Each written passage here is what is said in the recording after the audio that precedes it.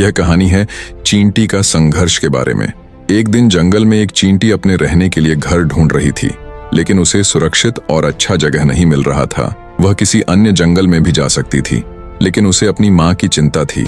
वो सोचती थी कि अगर मैं किसी और जंगल में चली जाऊंगी, फिर उन्हें कोई दिक्कत या परेशानी होंगी, तो उस वक्त मेरी माँ की मदद कौन करेगा।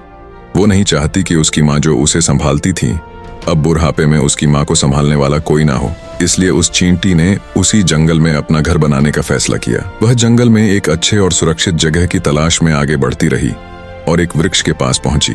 उसे वो जगह अच्छा लगा और उसने वहां ठहरने का फैसला किया।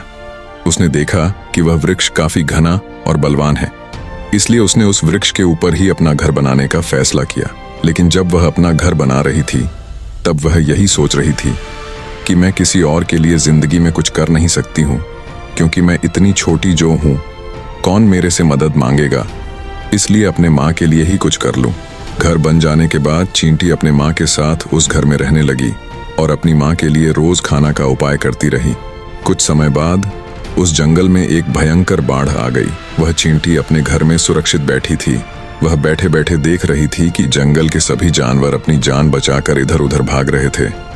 उसे ये सब देखकर अच्छा नहीं लग रहा था और अपने मन में ही उन सब का मदद करने की सोच रही थी कि ऐसा क्या करूं कि सभी जानवर इस बार से बच जाएं। फिर थोड़ी देर बाद उसे एक उपाय सूझा और वह अपने घर से निकली और बाढ़ से बचने के लिए दूसरे प्राणियों की मदद करने लगी। वह चींटी के रूप में छोटी थी, लेकिन उसका साहस बहुत बड़ा था। वह जंगल में फैली हुई कठिनाइयों के साथ लड़ने के लिए तैयार थी। उसे एक जगह दिखा और वहां एक बांध बनाने का काम शुरू कर दिया। उसे ऐसा लग रहा था कि यहाँ अगर मैं एक बांध बना दूं तो जंगल के अन्य प्राणी को इस भयंकर बाढ़ से बच जाएंगे। और उसने अपने जोश, लगन और निष्ठा से बांध बनाना चालू किया।